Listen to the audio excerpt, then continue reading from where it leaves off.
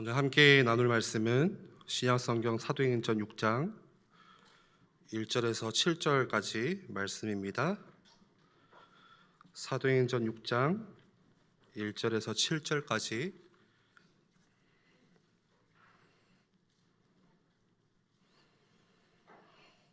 우리 다 같이 합독하겠습니다. 1절부터 7절까지 함께 읽겠습니다. 그때 제자가 더 많아졌는데 헬라파 유대인들이 자기의 과부들이 매일의 구조에 빠짐으로 히브리파 사람을 원망하니 12 사도가 모든 제자를 불러 이르되 우리가 하나님의 말씀을 제쳐놓고 접대를 일삼는 것이 마땅하지 아니하니 형제들아 너희 가운데서 성령과 지혜가 충만하여 칭찬받는 사람 7을 택하라. 우리가 이 일을 그들에게 맡기고 우리는 오로지 기도하는 일과 말씀 사역에 힘쓰리라 하니 온 무리가 이 말을 기뻐하여 믿음과 성령이 충만한 사람 스데반과 또 빌립과 브로고로와 니가노르와 디몬과 바메나와 유대교에 입교했던 안디옥 사람 니골라를 택하여 사도들 앞에 세우니 사도들이 기도하고 그들에게 안수하니라. 하나님의 말씀이 점점 왕성하여 예루살렘에 있는 제자의 수가 더 심히 많아지고 허다한 제사장의 무리도 이 도에 복종하니라. 아멘. 여러분, 교회에서 우리가 함께 믿음 생활 또 신앙 생활을 하시면서 혹시 곤란한 일을 당한 경험이 있으신가요? 혹은 사람 때문에 또 관계 때문에 당했던 어떤 상처, 받았던 상처가 있을 수도 있겠죠. 특히나 이제 교회 이렇게 신앙생활에 이렇게 시간이 지나다 보면은 더욱더 그런 일들을 본의 아니게 겪는 경우들도 많이 있습니다. 또 모태신앙도 그렇고요. 저 같은 경우는 이제 모태신앙인데 상처를 많이 받았겠죠. 물론 상처 준 사람은 기억을 못 하시겠지만 받는 사람은 다 기억을 하더라고요. 뭐 저도 또 상처를 많이 줬을 테고요. 그런데 제가 예전에 이제 한 가지 기억나는 것은 아시듯이 제가 사수를 했지 않습니까? 근데 이제 많은 사람들이 그때 뭐 궁금해했어요. 쟤는 뭐가 되려고 수능을 한 번이 아니라 4번이나 볼까? 군대 벌써 친구들은 다 군대 갔다 오고 하는데 쟤는 커서 뭐가 될까? 근데 어떻게 커서 뭐가 또 됐습니다. 그렇죠?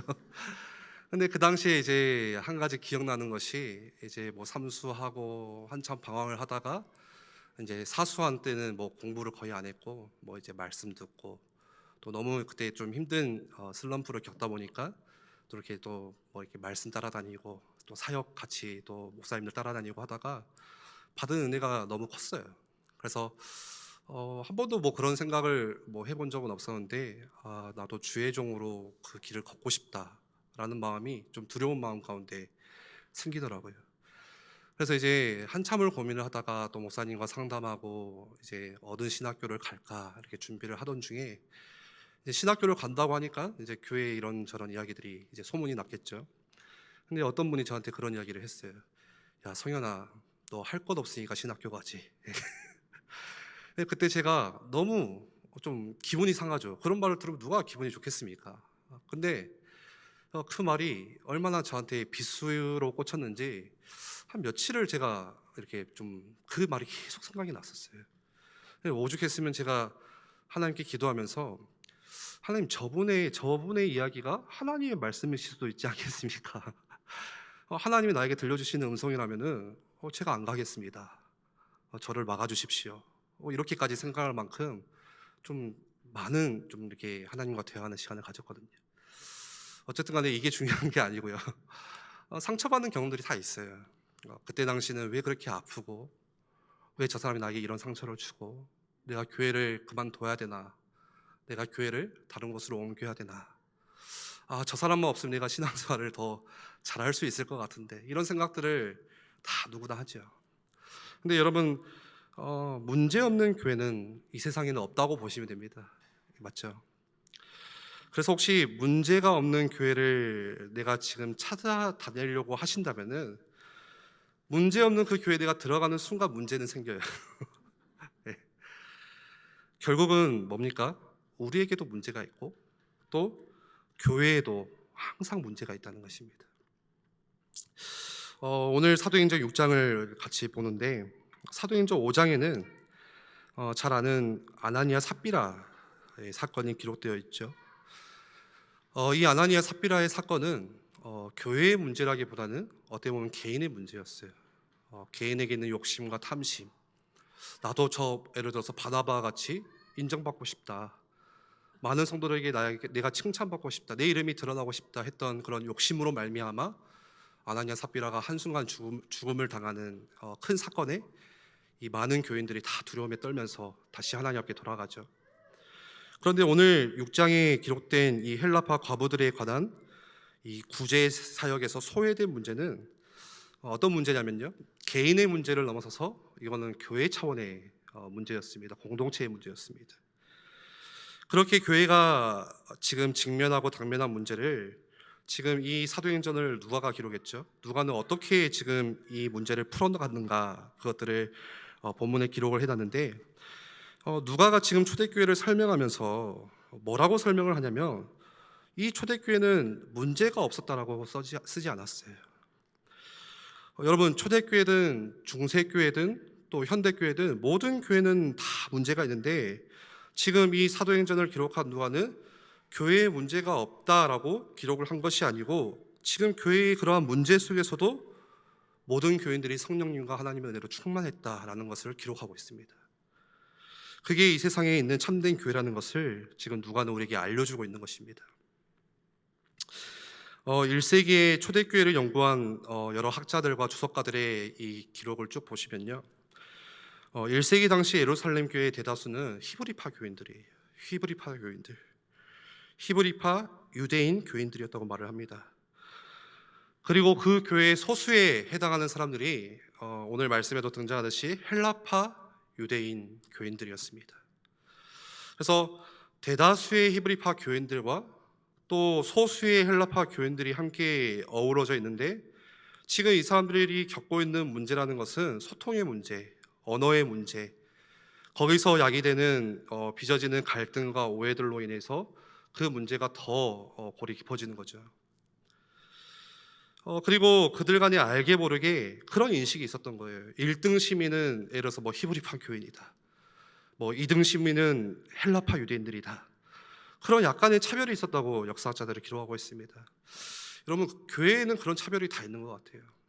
제 친구의 모 목사님도 항상 성골, 진골, 우리는 아무 말도 안 하는데 그 목사님은 항상 성골이니 진골이니 그게 상처인지 모르겠지만 우리는 아무 말도 안 하는데 맨날 그거를 따지면서 묻거든요. 너는 호산나 성교를 졸업했고 나는 안 해갖고 이랬다 하는데, 예를 들어서 그런 차별들이 알게 모르게 있어요. 이 친구는 어렸을 때부터 이 교회에서 자란 모태 신앙인, 저 친구는 어디서 왔고, 이런 인식들이 다 있는 거죠. 그런데 지금 6장에 나오는 문제의 핵심의 대상은 헬라파 과부입니다. 이 헬라파 과부는 히브리파 유대인도 아니에요. 소수의 헬라파 유대인들이에요. 그 중에서 여러분, 과부라는 위치 자체는 일반적으로 이 당시에는 가난하고 변호해 줄 수가 없고 어렵고 약한 사람들. 그런데 왜 그 시절에 헬라파 과부들이 있었을까라고 할 때는 이민 가신 분들을 떠올려 보시면 이해가 쉽습니다. 지금은 그런 분들이 많이 없지만 예전에, 오래전에 이민 가신 분들은 어떤 마음의 소원이 있었냐면요, 고향에 대한 그리움이 있어요. 향수.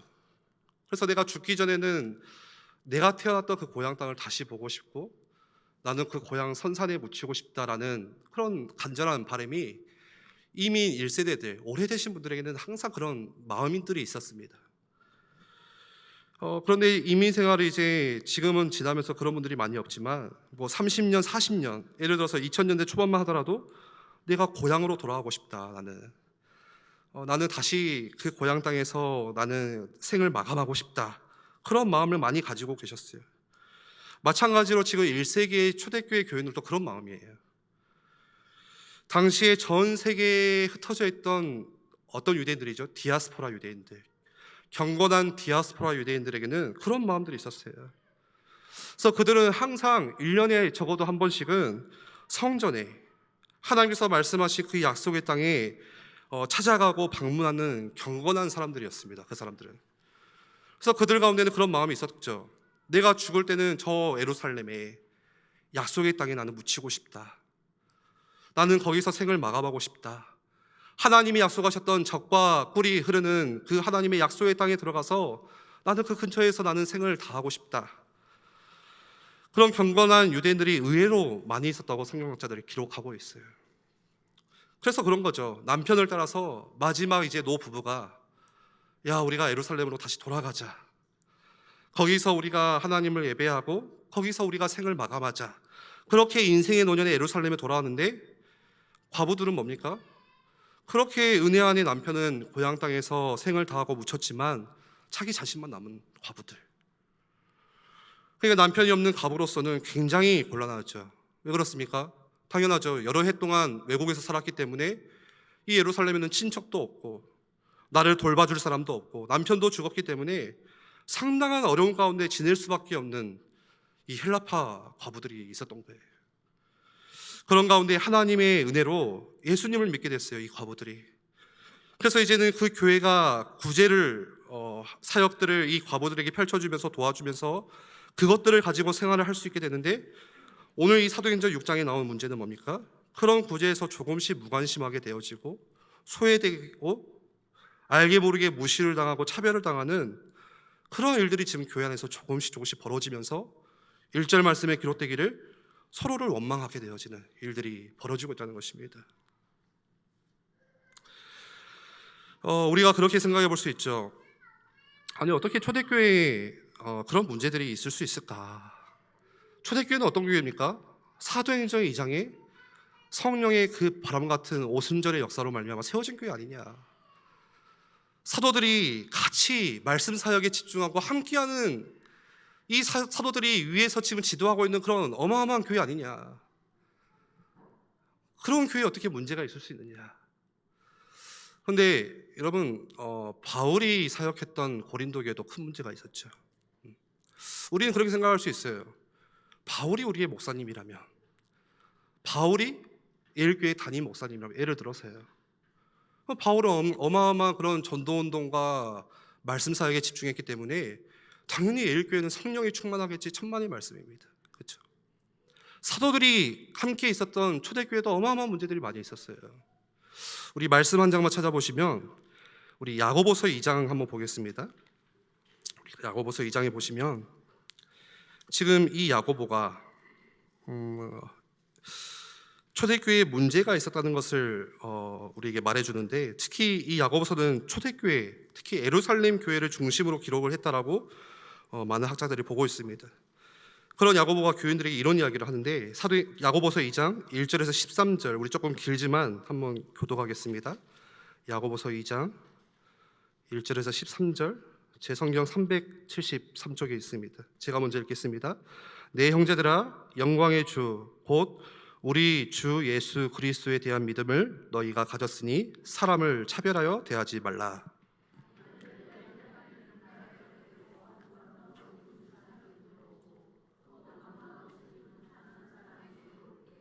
너희가 아름다운 옷을 입은 자를 눈여겨보고 말하되 여기 좋은 자리에 앉으소서 하고, 또 가난한 자에게 말하되 너는 거기 서 있든지 내 발등상 아래에 앉으라 하면,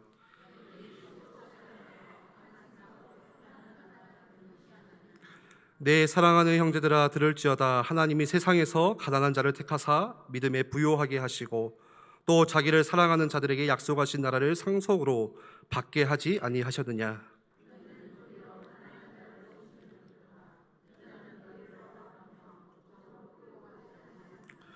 그들은 너희에게 대하여 일컫는 바 그 아름다운 이름을 비방하지 아니하느냐.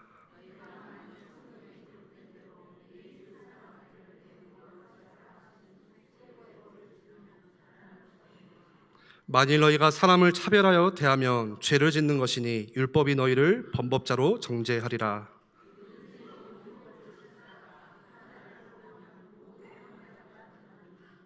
간음하지 말라 하시니가 또한 살인하지 말라 하셨은즉 내가 비록 간음하지 아니하여도 살인하면 율법을 범한 자가 되느니라.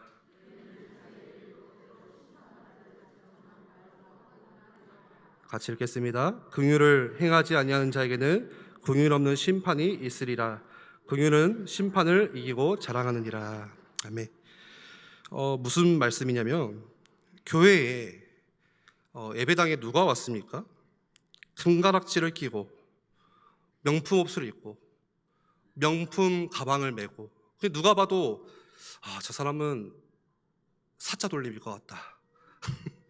뭐가 밖에서 될 것 같다 하는 사람이 지금 교회에 왔어요. 그러니까 어떻게 합니까? 그 사람으로 하여금 새가족들이 가서 새가족 안내부가 가서 좋은 자리를 주는 거예요. 이 자리에 앉으십시오. 예. 마치고 목사님 꼭 만나셔야 됩니다. 예. 막 연락도 해요, 매주. 그런데 또 누가 온 거예요? 조금 남루한 옷을 입고, 그럼 누가 볼 때도 조금 가난해 보이고, 조금 없어 보이고, 조금 냄새 날 것 같고, 전혀 무관심한 거예요. 함부로 대하는 거예요. 그러면서 야고보가 뭐라고 하는 거예요? 하나님은 우리에게 그렇게 대하지 않으셨다라고 말씀하는 거예요. 지금 야고보가 초대교회에 준 말씀입니다. 그러면서 중요한 것을 말씀하는 거예요. 여러분, 교회는 뭡니까? 하나님의 나라를 보여주는 것이 교회예요. 하나님의 나라가 어떠한지를 보여주는 것이 교회의 사명입니다. 그렇기에 교회는 세상 나라의 원리와는 구별되어 있는 것이에요. 하나님의 나라는 세상과 다르잖아요. 세상의 법과 식과 다른 하나님 나라의 법과 식이 있다는 거예요. 하나님의 나라, 그 하나님 나라의 은혜가 어떻게 나타나는지를 보여주는 것이 이 땅의 지상교회의 사명이에요. 가장 중요한 사명이에요. 사람들이 교회를 보고서 하나님의 나라는 저렇구나, 하나님 나라에 속한 자들은 저렇게 사는구나, 하나님 나라에 주시는 은혜는 이렇구나 라는 것을 보는 거예요. 세상의 기준으로 부유한 사람, 유력한 사람, 높은 사람을 교회에서도 똑같이 그런 세상의 기준을 가지고 대하면 안 된다는 거예요. 세상의 기준은 뭡니까? 자꾸 비교하는 거잖아요. 저울질하는 거잖아요. 저 사람이 많냐? 저 사람이 적냐? 저 사람이 높냐? 저 사람이 낮냐? 이런 위아래 상하를 자꾸 재는 것이 세상의 법이잖아요. 원리잖아요. 회사에 갔습니다. 이 사람이 얼마나 능력이 있냐, 능력이 없냐. 그걸 가지고 이 사람이 주는 월급이 달라지고 위치가 달라지고, 그 사람이 사회로 나갔을 때는 그 사람이 어떤 직장을 가지고 있냐, 그 사람이 월급이 얼마나 되냐, 그 사람이 어떤 차를 타고 다니냐, 어느 집에 살고 다니냐, 이게 자신들의 가치관이 되어서 사람들은 그걸 가지고 사람들을 대하고, 말도 달라지고요, 대하는 모든 자세들도 달라집니다. 그렇지만 하나님 나라는요, 우리 이사야 11장에 하나님의 나라가 어떠한지를 간단하게 설명하시는데, 사자와 어린 양이 뛰어놀고 어린아이가 독사굴에 손 넣어도 해를 입지 않고 모두가 함께 공존하는 하나님의 다스림 가운데 함께 즐거워 사는 것이 하나님의 나라거든요. 하나님은 우리를 그렇게 대하지 않으셨다는 거예요. 그러면서 지금 야고보가 교회에 이야기하는 게 그거예요. 여러분, 구원받아서 함께 신앙생활하는 여러분 옆에 있는 교인들을 보십시오. 여러분의 교인들 가운데 귀족들이 다수입니까?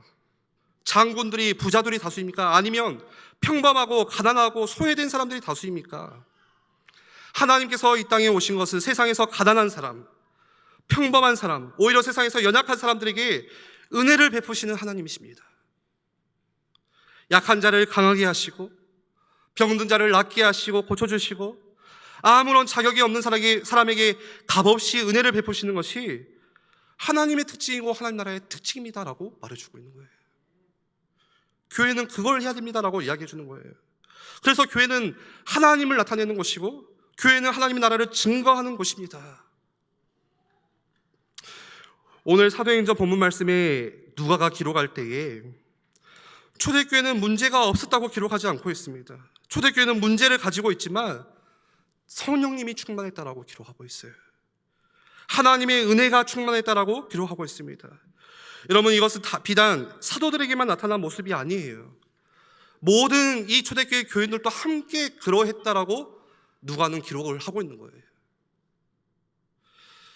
그러면서 지금 이 초대교회에 문제가 생겼을 때에 사도들이 어떻게 이 문제를 다루죠? 가장 먼저 뭐 합니까? 교인들을 불러 모아서 자기 자신을 회개하잖아요. 분명히 예수께서 우리를 사도로 부르시고 사도의 직분을 주신 것은 예수님께서 우리에게 주셨던 그 말씀을 모든 교인들에게 전무하면서 가르치고, 교인들을 위해서 기도하기를 정말로 힘쓰고, 이 일을 위해서 전념하라고 우리를 부르셨는데, 이 사도들이 어느 순간에 이 일을 내가 등한시하고 직분의 그 일을 내가 소홀히 여기고 이제는 구제를 나누는 그 일에 열을 쓰다 보니까 지금 교회에 문제가 생겼구나. 이 교회에 지금 히브리파 과부들과 헬라파 과부들, 이 교인들 간의 다툼과 갈등의 원인을 뭐로 보고 있습니까? 저 사람 때문이야가 아니고 우리에게 문제가 있구나, 나에게 문제가 있구나, 내가 하나님께서 맡겨주신 그 직분에 내가 소홀히 하다 보니까 교회에 이런 분쟁이 생기고 균열이 깨졌구나. 그래서 어떻게 합니까? 우리는 다시 말씀과 기도에 전념을 하겠으니 여러분들이 성령이 충만하고 지혜롭고 다른 사람들이 볼 때도 칭찬받을 만한 그런 사람들을 택하라. 모든 교인들에게 직분자를 뽑으십시오라고 부탁을 하잖아요. 그랬더니 5절 말씀에 온 무리가 이 말을 듣고 다 기뻐하는 거예요. 그렇지. 이게 뭡니까? 이게 바로 성령님이 충만했다는 증거예요. 교회에. 어느 교인도 그러면 안 되지요 라고 한 게 아니고 모두가 공감을 하고 동의를 했다는 거예요. 맞다. 하나님의 영으로 하나가 된 거예요. 여러분, 에일교회의 어떤 40년의 역사를 볼 때 첫 안수 직분받은 장로님이 누구십니까? 가장 처음 권사의 직분받은 분이 누구셨습니까? 그거는 굉장히 영광스러운 일이잖아요. 에일교회의 첫 장로. 그런데 우리 한국 역사에 보시면요, 교회사에 보시면 1885년에 조선 땅에 언더우드 아펜젤러 선교사를 중심으로 복음이 들어왔어요. 선교 사역들이 시작됐어요. 1885년에. 그러면서 1907년에 처음으로 7명의 목회자가 안수를 받았어요. 우리나라에서 처음으로 1907년에. 그래서 아마 그런 사진을 보셨을 거예요. 이렇게 갓을 쓰고 있는 7명의 남자가 이열로 사진을 찍었거든요. 그분들 가운데는 예전에 그런 문제들도 있었어요. 7명의 이름을 써라. 그러면 길선주, 이기풍, 이제 이분 말고는 저도 잘 모릅니다. 근데 7분 얼마나 대단한 거예요. 한국 교회에서 가장 처음 목사 안수를 받았다. 엄청난 영광이죠. 개인에게도 영광이지만 그 가정 가문에도 영광이고 또 교회사에도 길이길이 이름이 남아올 수 있는 엄청난 영광이잖아요. 그런데 오늘 말씀에 그것과 비교할 수 없는 초대교회가 지금 7명의 직분자를 뽑아라. 이게 나중에 이제 7집사가 되는데 그 7명의 직분을 뽑는다, 거기에 들어간다는 것은 비교할 수 없는 엄청난 영광이잖아요. 세계교회 역사에 처음으로 직분이 된 사람 7명. 그런데 여러분, 여기에 아주 놀라운 게 있어요. 뭡니까? 교회의 다수를 차지하고 있는 히브리파 교인들의 태도가 너무너무 놀라운 거예요. 지금 7명을 뽑았습니다. 5절에 이름이 누굽니까? 스데반 집사 아시죠? 빌립 아시죠? 브로고로 누굴까요? 잘 모르시죠? 니가노는 누구지? 디몬? 들어본 것 같아. 바메나, 니골라는 나중에 이단이 됩니다. 니골라단 창시하는. 나중에 이 집사들을 중심으로 이제 교회가 또 세워지고 복음운동이 진행되잖아요. 그런데 이 이름들을 봤을 때 전부 다 어떤 이름이에요? 헬라파 이름이에요. 그러니까 어떤 경우냐면은 이 문제를 잘 다룰 수 있는 성령과 지혜가 충만한 교인 7을 뽑으라 했는데 누구를 뽑은 거예요? 다수의 히브리파 사람들을 뽑은 게 아니고 7명 전부를 소수의 헬라파에서 다 뽑았다는 거예요. 이게 놀라운 거예요. 여러분, 세상의 원리를 갖다 들이대면 그렇게 할 수 없습니다. 예를 들어서 공동회가 교회에 모였습니다. 3분의 2 이상이 지금 히브리파 교인들이에요. 그럼 뭐라 생각하겠어요? 이거는 교회가 생긴 이후로 엄청난 영광스러운 일이기 때문에 다수인 우리 히브리파 안에서 위원장을 맡고 다수의 직분이 되고 저 소수파의 헬라파 사람들에게는 조금 우리가 배려하는 차원에서 비율을 조금 나눠주자. 충분히 그렇게 할 수 있겠죠. 여러분, 최소한의 다수파로서의 지분을 요구하는 것이 세상의 원리입니다. 그런데 지금 성령님이 충만하고 하나님의 은혜가 충만했던 예루살렘 교회 히브리파 교인들이 모여서 이 문제는 지금 무시당하고 있고 어려움 가운데 슬픔당하고 있는 헬라말을 쓰고 있는 헬라파 과부들의 어려움이니까 이 7명의 직분자를 뽑으라고 했을 때는 헬라파 교인으로 우리가 채우자. 지분을 요구하지 않았습니다. 기득권을 요구하지도 않았어요. 우리가 교회 안에서 얼마나 기득권을 주장하고 싶어 합니까? 우리가 교회 안에서 얼마나 내 자리를 이렇게 안정감을 가지려고 하고 있어요, 우리가. 여러분, 누가는 지금 초대교회 아나니아 삽비라 사건, 어떤 이 개인적인 문제뿐만이 아니라 교회가 처음으로 당면한 이 문제를 딱 풀어가면서 초대교회는 성령님이 충만했습니다. 교인들의 마음속에 하나님의 영이 충만했습니다.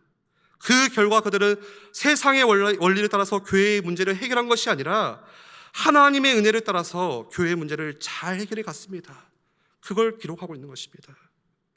그 결과 하나님께서 교회의 그 아름다운 모습을 보시고 기뻐하시면서 이런 교회라면은 믿는 사람들을 더 더해 주시는 은혜를 베푸셔 주셨다는 것을 기록하고 있는 거예요.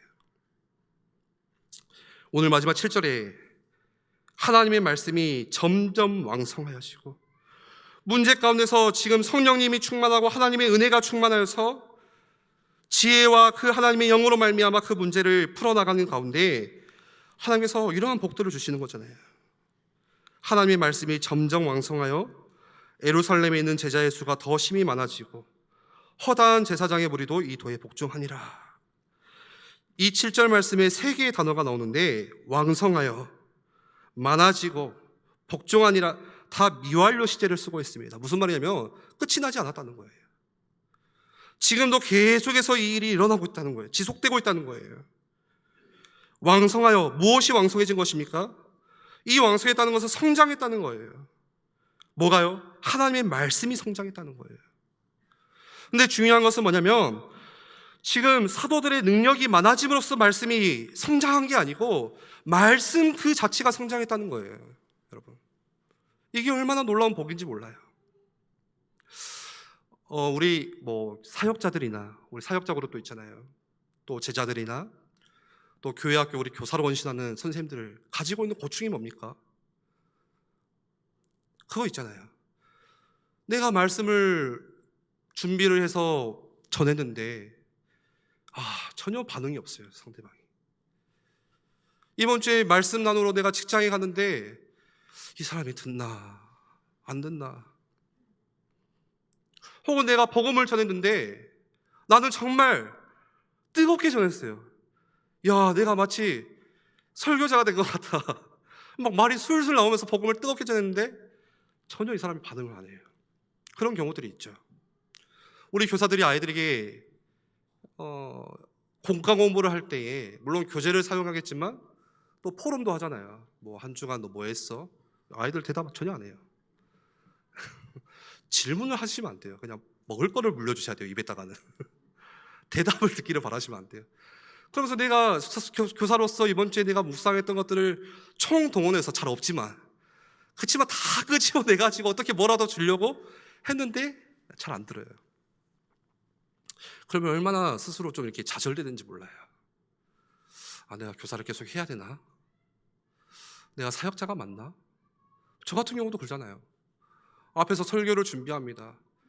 이 설교를 어떻게 우리 성도들에게 잘 맛있게 전달을 해줄 수 있을까?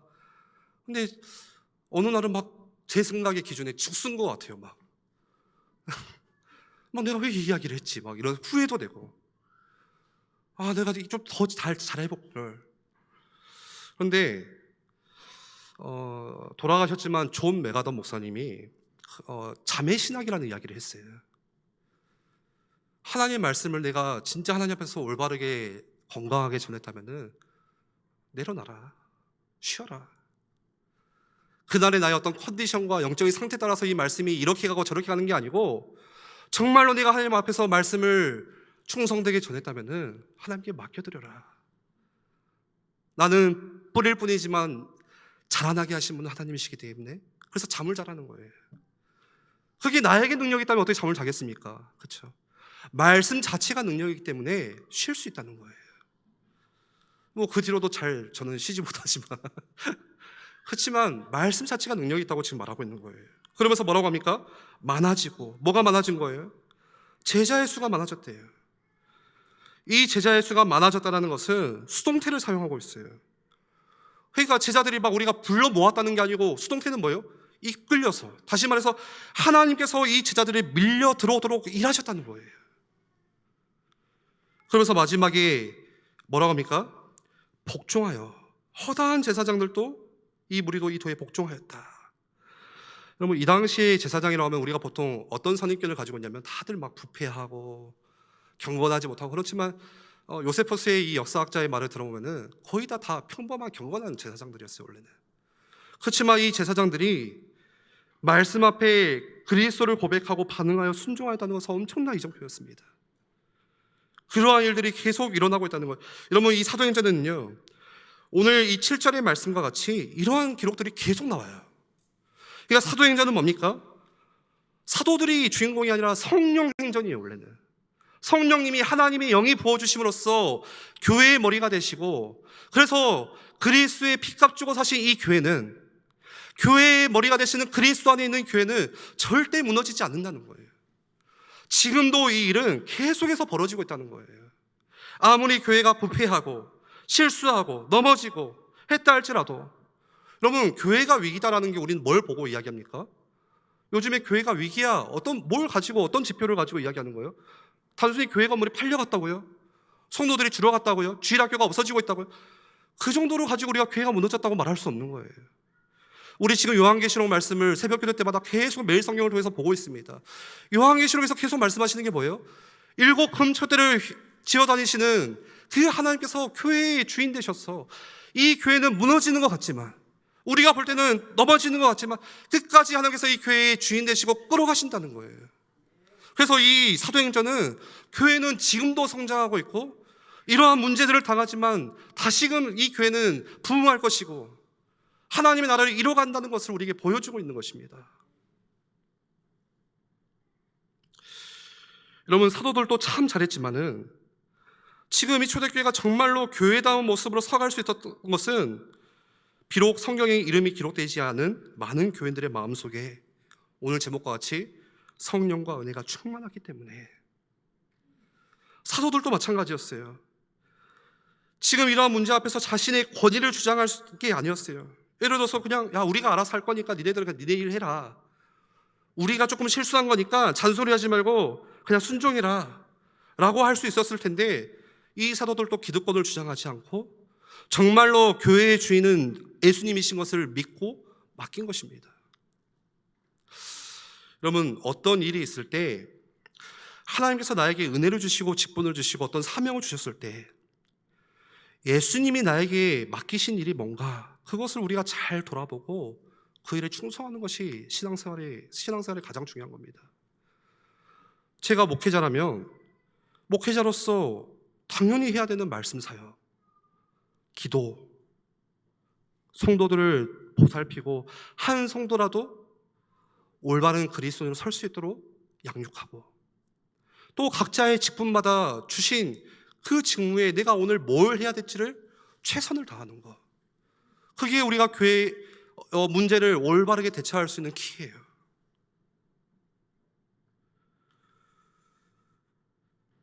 오늘 이 사도들뿐만이 아니라 교인들의 대다수가 그렇게 했습니다. 세상의 원리를 가지고 들이대지 않았어요. 이 교회의 문제를 누가 잘 풀 수 있냐, 누가 더 이 문제를 잘 해결할 것이냐, 그렇게 하지 않고 지혜와 성령이 충만한 교인들을 우리가 헬라파에서 뽑자. 그리고 모든 교인들의 동의를 얻고 7명을 뽑았는데 히브리파 교인은 한 사람도 없었습니다. 여러분, 교회가 오래되고 또 교회가 정말로 하나님의 은혜에서 성장하고 자라갈 때에 세상에서나 교인들이 이 교회를 볼 때에 야, 저 교회는 정말로 세상의 원리와 참 다르게 세상의 어떤 기준과 비교할 수 없는 참 독특한 기준을 가지고 교회가 움직이는구나. 그럴 수 있으면 얼마나 이게 복입니까? 만약에 우리가 천국에 간다면은 하나님께서 나라를 다스리시면 저런 식으로 하실 것 같다라는 것을 교회가 보여주는 거, 그게 교회의 사명이에요. 말씀을 준비하다가 이 외국 목사님이 쓴 책인데요, 실제 미국 교회에 있었던 일이었어요. 그런데 그 내용이 너무나도 우스워요. 근데 심각했어요. 어떤 내용이냐면 지금 미국 어떤 남부에 있는 교회에 교인들 사이에 심각한 분쟁이 일어난 거예요. 그런데 이 분쟁이 너무 심해지다 보니까 교회를 분립하기로 결정하고 이제는 법원에까지 소송이 갔습니다, 실제로. 그래서 법원에서 우리가 몇 명으로 나눌 것이냐, 교회를 몇 명과 몇 명으로 나눌까, 교회의 재산을 어떻게 분할할 것이냐, 교회의 건물을 몇 대 몇으로 비율로 나눌 것인가, 이게 지금 법원에 소송이 되는데 판사가 이 이야기를 가만히 듣다가 이거는 법원에서 해결할 것이 아니고 너희가 속해 있는 노예에서 결정을 해라, 그렇게 판결을 내려버렸어요. 그래서 이제 노예에서 정권위원회, 조사위원회가 나왔겠죠. 그래서 이렇게 교인들 간에 심각한 지금 분열이 일어나고 함께 살지 못하고 그렇게 사이가 좋았던 교인들이 분립하게 된 원인을 무엇인가 하고 가만 들어보니까 너무너무 황당한 거예요. 그 원인이 어떤 거냐? 스테이크 때문에 그런 거예요. 교회에서 고기를 같이 이렇게 나눠 먹는데, 함께 모여서 식사를 하는데 한 교인이 자기 옆에 있는 교인보다 스테이크를 조금 작은 거를 받은 거예요. 에이, 뭐 그러냐 하는데 간혹 보입니다, 우리 교회에서도. 야, 떡을 누가 더 많이 샀어? 왜 내 떡은 이만해? 아무것도 아닌 사소한 거였지만 이게 발단이 돼가지고 골이 깊어지다가 교회가 분열되고 분립하면서 나중에는 지역신문에까지 그게 난 거예요. 스테이크 한 덩이에 교회가 갈라지다. 얼마나 부끄러운 일이에요. 하나님의 나라가 어떠한지를 보여줘야 되는 교회가 오히려 세상의 법정 앞에 서고 세상 사람들이 뭐라고 하겠어요? 야, 어떻게 교회가 저럴 수 있냐? 어떻게 목사가, 장로가, 집사가 저럴 수가 있냐? 오히려 믿지 않는 사람들이 교회를 가르치는 셈이 된 거예요. 여러분, 교회가 교회답지 못할 때 그런 시험에 빠지게 됩니다. 여러분, 심심치 않게 역사와 전통이 오래된 교회가 이제 막 개척을 시작한 교회보다 하나님 주신 은혜가 너무 많아요. 그렇죠? 전통 안에 아름답고 좋은 전통을 간직하고 있어요. 유형의 전통이든 또 무형의 전통이든. 그거는 어떤 돈으로 살 수 없는 거예요. 예를 들어서 에일교회도 40년의 역사 가운데 만들어진 아름다운 전통들이 있잖아요. 중심들이 있잖아요. 이거는 돈으로 살 수 없는 거잖아요. 시간들을 지나면서 하나님께서 그 교회 가운데 은혜로 주신 거예요. 그런데 기억할 것은 교회가 한 걸음 잘못 발을 디디면 오히려 그게 시험이 될 때가 있다는 거예요. 그 아름답고 좋은 전통들이, 하나님께서 은혜로 주신 것들이 오히려 시험이 될 때가 있다는 거예요. 여러분, 우리 교단뿐만이 아니라 다른 교단에도 마찬가지고, 역사와 전통을 자랑하는 그 교회의 개척 멤버로서 또 교회에서 누구나 다 기억하는 그런 집안으로 지내는 분들이 계신데, 그런 분들이 교회의 큰 은혜의 통로가 되기도 하지만 때로는 본의 아니게 교회의 걸림돌이 되어서 그 일로 인해서 많이 어려워하는 경우들도 분명히 있다는 것입니다. 참 가슴 아픈 일이죠. 예전에 어떤 목사님이 그러셨어요. 교회에 어떤 문제가 있었는데 가장 앞장서서 그 문제를 가지고 막 시시비비 거리면서 큰 소리 쳤던 사람이 가장 제자 교육을 많이 받았던 성도였다는 거예요. 그런데 오늘 말씀에 교회가 하나님의 은혜 안에서 자라갑니다. 그 모습을 누가는 하나님의 영, 예수님의 영이신 성령님이 그 교회 교인들 가운데 충만했다라고 우리에게 전해주고 있어요. 그리고 교인을 가만히 들여다보니까 그 교회 안에 성령님이, 예수님이 가득하고 충만히 있는 것이 그 교회 가운데 보여지고, 그런 교회 가운데 하나님께서 매일매일 수를 더하시는 선물을 주셨다는 것입니다. 우리 교회가 그런 교회가 되기를 기도해야겠죠. 말씀을 마무리합니다.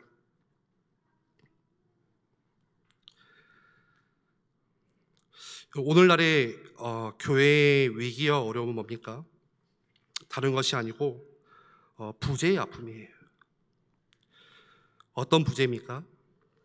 오늘 이 초대교회는 성령과 지혜가 충만한 7사람을 뽑아라 라고 했을 때 주저하지 않고 7명을 뽑았습니다. 그런데 여러분, 이거는 당연한 게 아니에요.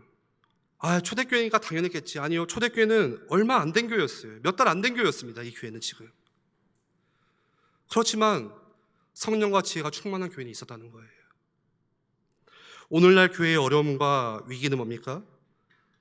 성령과 지혜가 충만한 교인이 없다는, 그런 사람이 없다는 부재의 아픔이, 목회자도 마찬가지고요. 참 부끄럽지만 저를 봐도 그래요. 예전에 박영선 선교사님께서 막 이런 저런 대화를 주고받다가 그런 이야기를 자주 하세요.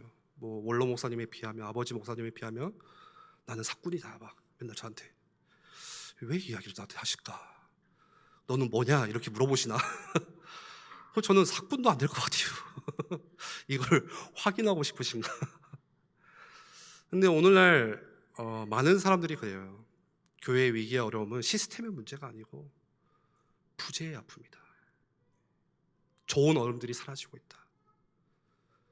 목회자 그룹도요, 예전의 목사님들과 선배 목사님들과 비교할 때는 비교할 수 없는 영성, 그게 사라지고 있어요. 젊은 목회자들이 많이 일어날수록 너무 복이지만 예전보다 훨씬 더 설교도 잘해요. 보면은 요즘은 다 뭐 GPT니 뭐디 해서 정말 좋은 설교를 만들어내지만 그 말씀대로 살아내지 못하는 영성의 부재. 예전처럼 그 목사님 세대처럼 하나님 앞에 두렵고 떨림으로 날마다 엎드리고 기도하는 그런 무릎의 부재. 설교는 훨씬 더 풍성하지만요, 그 삶이 따라가지를 못하고 있는 부재들.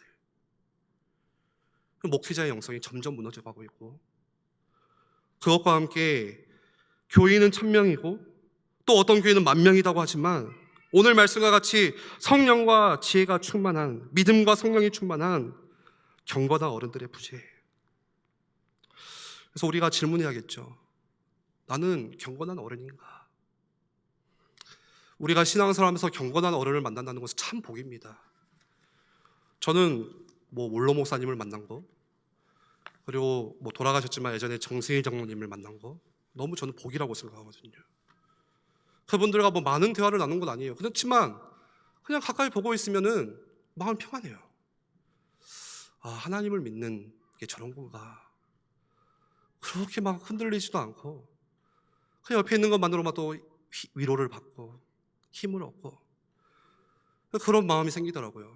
나도 저런 경건한 어른이 되고 싶다. 우리 후대들이 봤을 때 교회 앞에서 막 나서서 뭔가를 하는 게 그게 아니고 그냥 저분은 진짜 하나님을 사랑하는구나, 그게 느껴질 수 있다면, 하나님의 영으로 충만하구나, 하나님을 경외하는 사람이구나.